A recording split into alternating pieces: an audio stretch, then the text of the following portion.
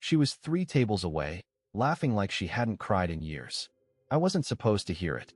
I wasn't even supposed to be that close. But the waiter had mixed up the orders, and I was sent to retrieve our food from the other side of the room. And as I stood there, frozen behind a half-closed curtain meant to separate the dining area from the kitchen entrance, I heard my wife say it, clear as a bell. Honestly, I think marrying Russell was the biggest mistake I ever made. No pause, no remorse, just the clink of her wine glass and a half-laugh that made my stomach cave in on itself. She didn't whisper it. She boasted it. To Brent, the regional director with a jawline like a movie star and the moral compass of a used car salesman. To Colleen, the one who always calls me Ronald and thinks I'm in tech support. I stood there holding 2 plates of salmon and asparagus, wondering if I could drop one on my foot hard enough to be rushed to the ER. Anything to avoid going back to that table. Anything to avoid sitting across from a woman who just called me her life's biggest regret in public, on a night that was supposed to celebrate her promotion. A promotion I helped her get, by the way. I redesigned her entire presentation after she cried at 2 a.m. the night before the pitch. She never told her team that, of course. I was just the guy who works from home. Invisible, convenient, replaceable. But I didn't go to the hospital. I went back. I served the food like a well-trained dog. I smiled when she leaned in and said, "You're being quiet. Everything okay?" I nodded. I said, "Just tired." Truth is, I hadn't slept in weeks. I'd been noticing things. Quiet phone calls ending when I walked in. Extra hours at work when her office closes at 6. The perfume she started wearing that she said came free with a moisturizer. Even though I found the receipt from some boutique place she'd never mentioned before. I never accused. I never raised my voice. I never said the word affair. I just waited. And tonight, I got my answer. But here's the part she didn't expect. I didn't break. Not then. Not when she kissed me on the cheek like nothing happened. Not even when she stood up to give a speech and thanked everyone but me. I waited. Exactly 1 hour later, while she was still smiling, still glowing under the lights. I dropped the final piece. The one I'd been saving. The one I'd been preparing quietly, secretly, patiently, for weeks. And when she saw it, when she read it, that smile vanished like a candle in wind. She didn't even notice me leave the table. That's how far gone we were. While she laughed with her co-workers over creme brulee, I quietly stood, straightened my jacket, and walked out the front door of the restaurant without so much as a glance back. I wasn't storming out. That would have made it about emotion. This wasn't emotional anymore. It was surgical. It was the moment I realized I had already been grieving the marriage for months, and tonight was just the final shovel of dirt on the coffin. I didn't go far. I crossed the street to my car, sat inside, and opened my phone. I had everything ready. I'd spent the past few weeks gathering details, saving screenshots, and pretending not to know what I already did. She made it too easy. Her email account was still logged in on our shared iPad, and one night while she was in the shower, I saw a message pop up.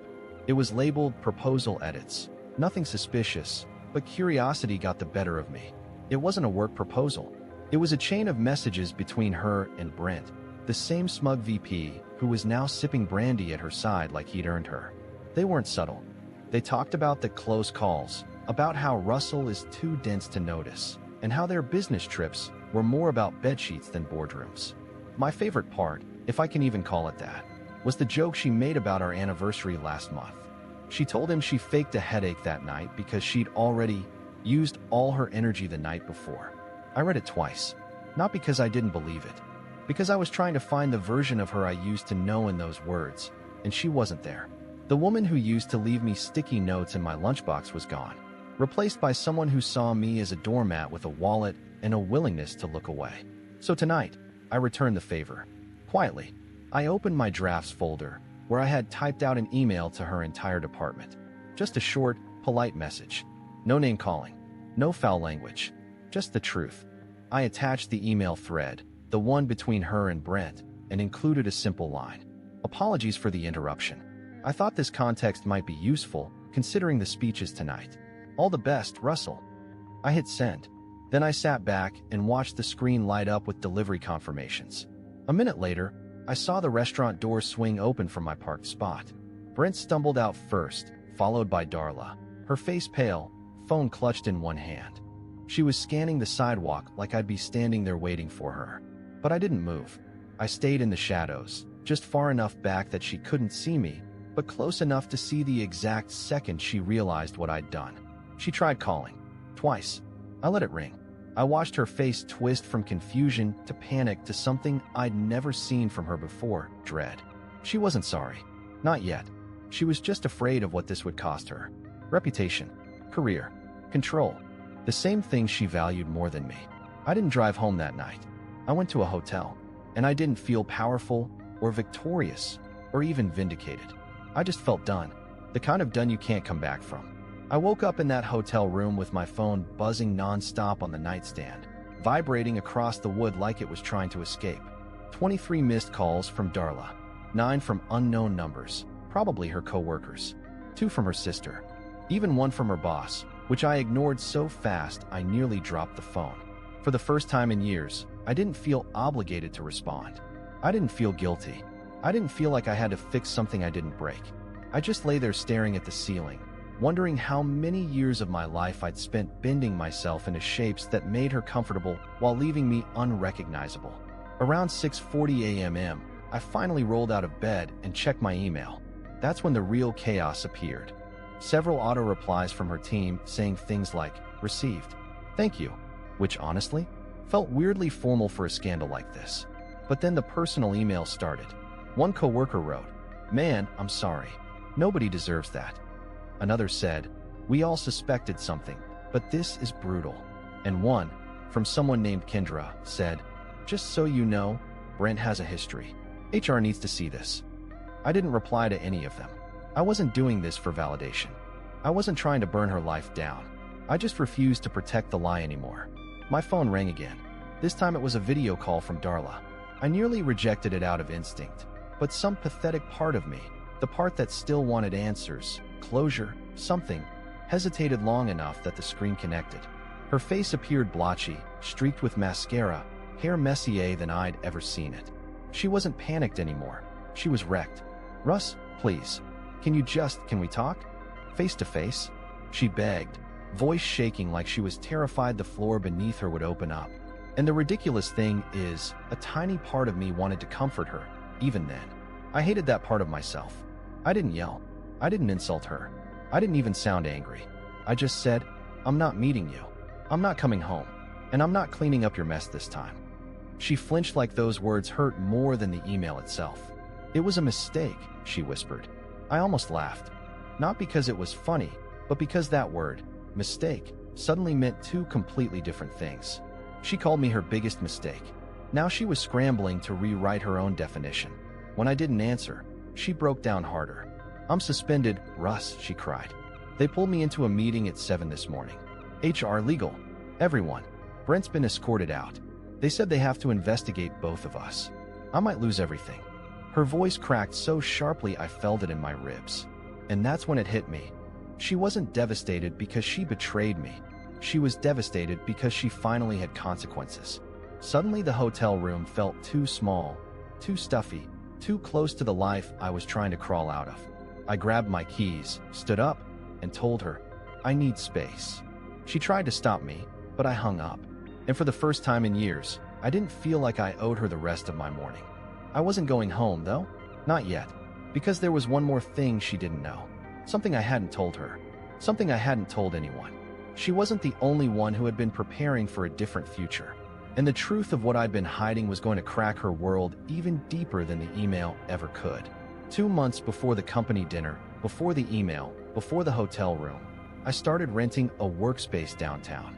A tiny corner office above a shuttered bookstore, just big enough for a desk, a coffee maker, and a dented mini fridge.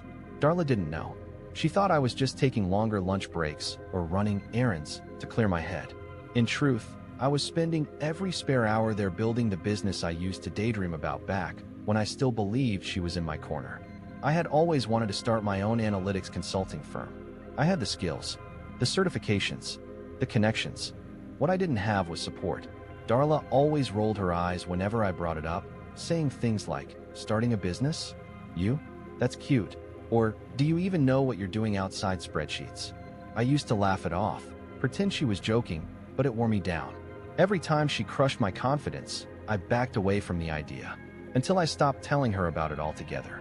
But after I found those emails, after I stopped looking at her like someone I needed approval from, I started planning. I filed the LLC paperwork. I built a website. I even landed my first 2 clients, both of them startups that desperately needed data strategy but couldn't afford big firm prices. The money wasn't much yet, but the satisfaction? It was a kind of freedom I hadn't felt in years. She thought I was sitting at home wallowing while she flirted with Brent in business lounges. In reality, I was learning how to rebuild my life from scratch. Quietly, patiently, like a man digging an escape tunnel with a spoon. The only difference? I wasn't planning to come back. That morning, after I left the hotel, I drove straight to my office. I sat down at the desk, stared out the window at the empty street, and breathed. Not just shallow breaths, real ones. The kind I hadn't taken since before she started coming home late with lipstick that didn't match the one she left with. Around 10:13 a.m., my phone lit up again. This time, it was her mother.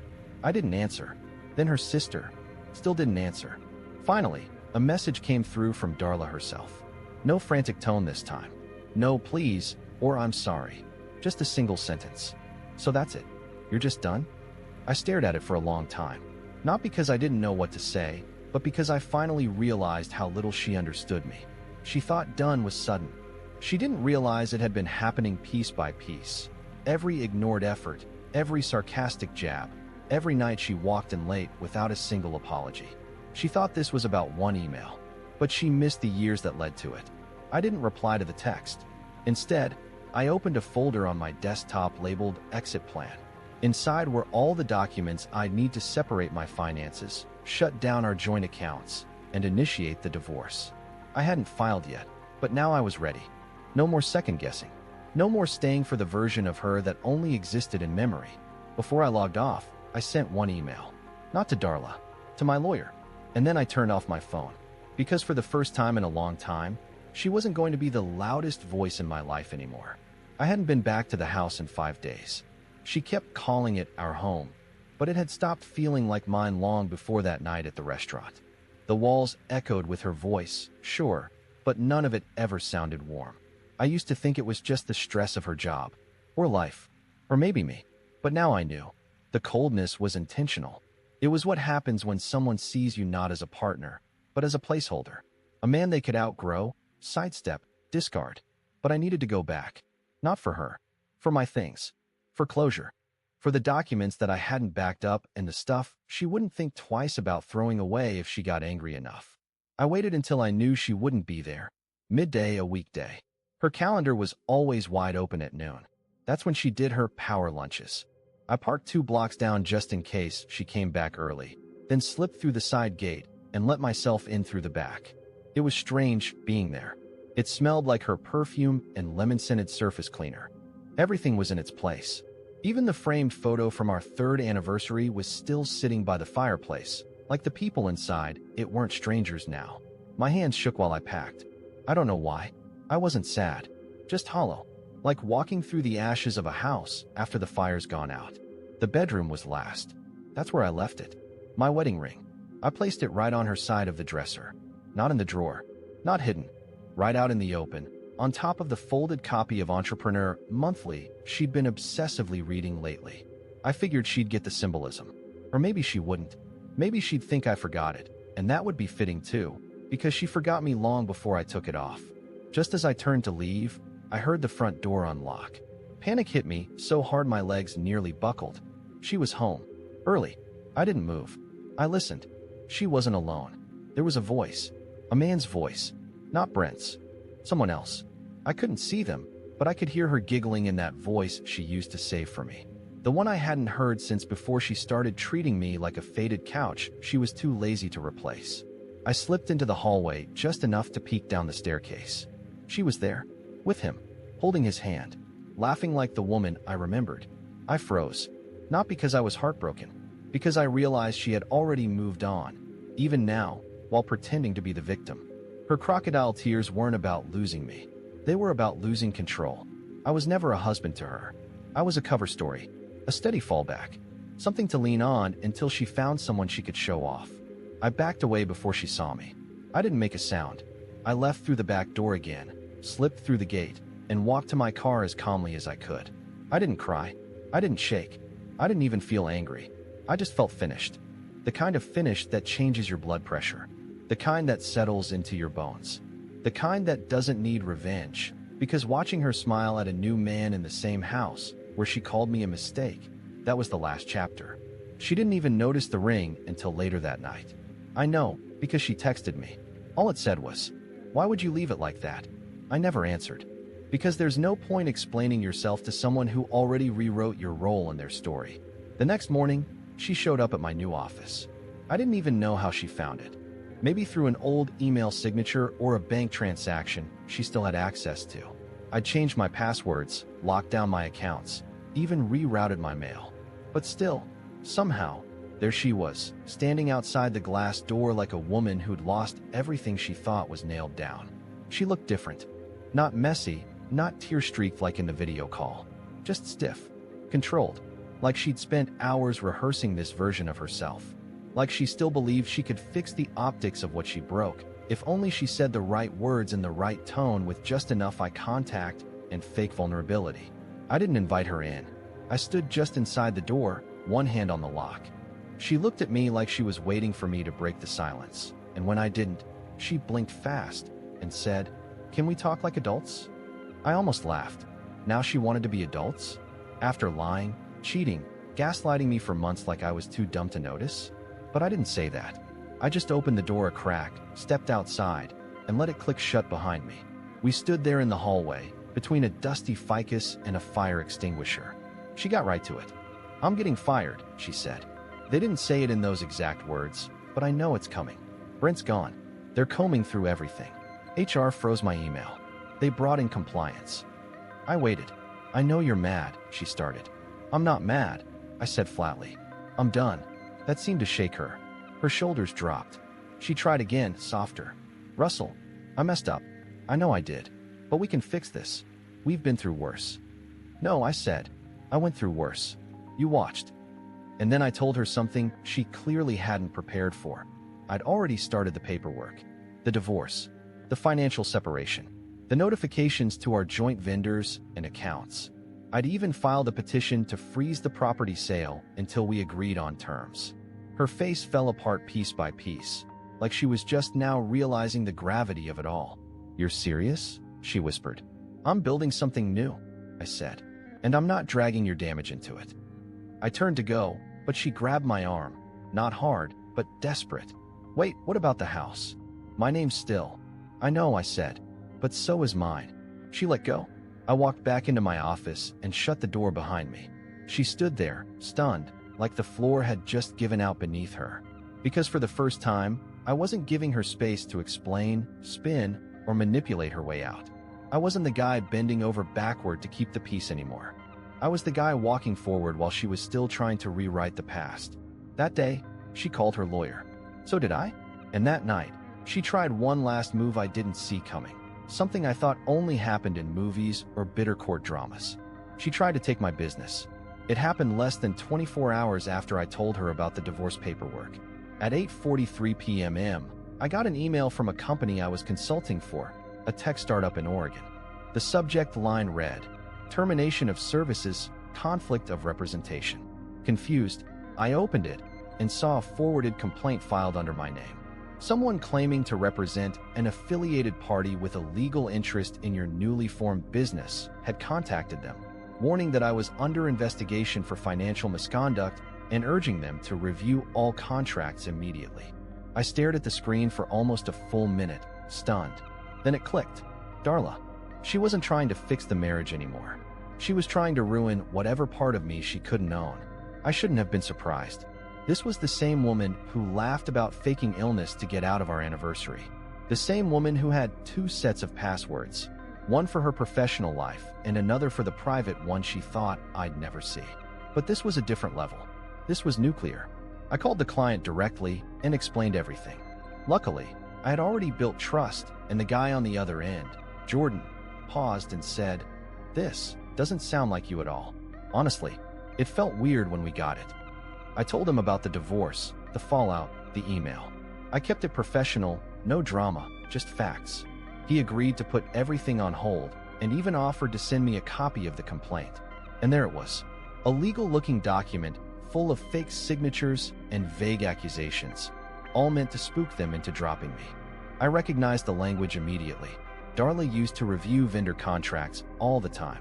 She'd brag about wording things just gray enough to cause a pause. I used to admire how clever she was. Now I just felt sick. I didn't confront her. Not yet. I forwarded everything to my lawyer, documented every email, and locked every account I had behind two-factor authentication. I even paid a friend, a freelance cybersecurity guy, to run a quiet audit on anything that still had traces of our shared access. I wasn't going to let her pull me back into a battle of emotions. She wanted to fight dirty? Fine. But I was going to stay clean and still win. The next morning, she texted me like nothing had happened. "We need to talk about splitting the furniture," she wrote, as if she hadn't just tried to ruin my name to a paying client.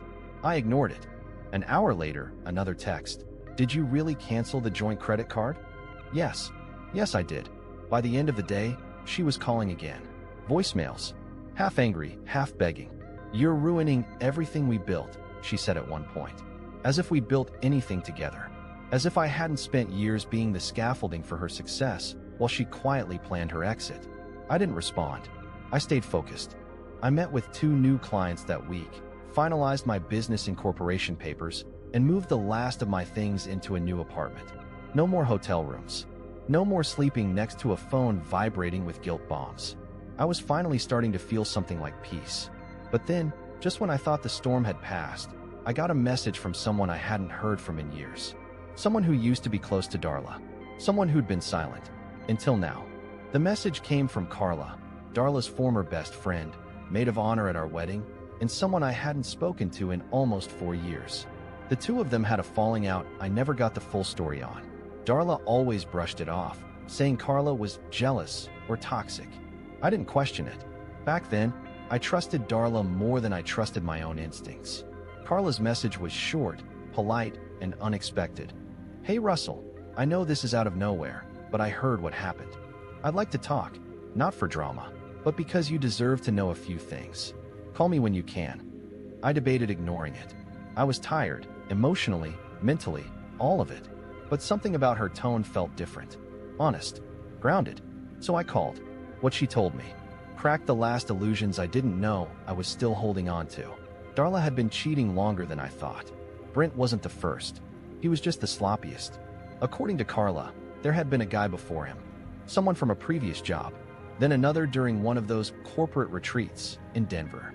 Darla would brag behind my back, laugh about how naive I was, how I was safe and reliable, and how she'd never really be caught.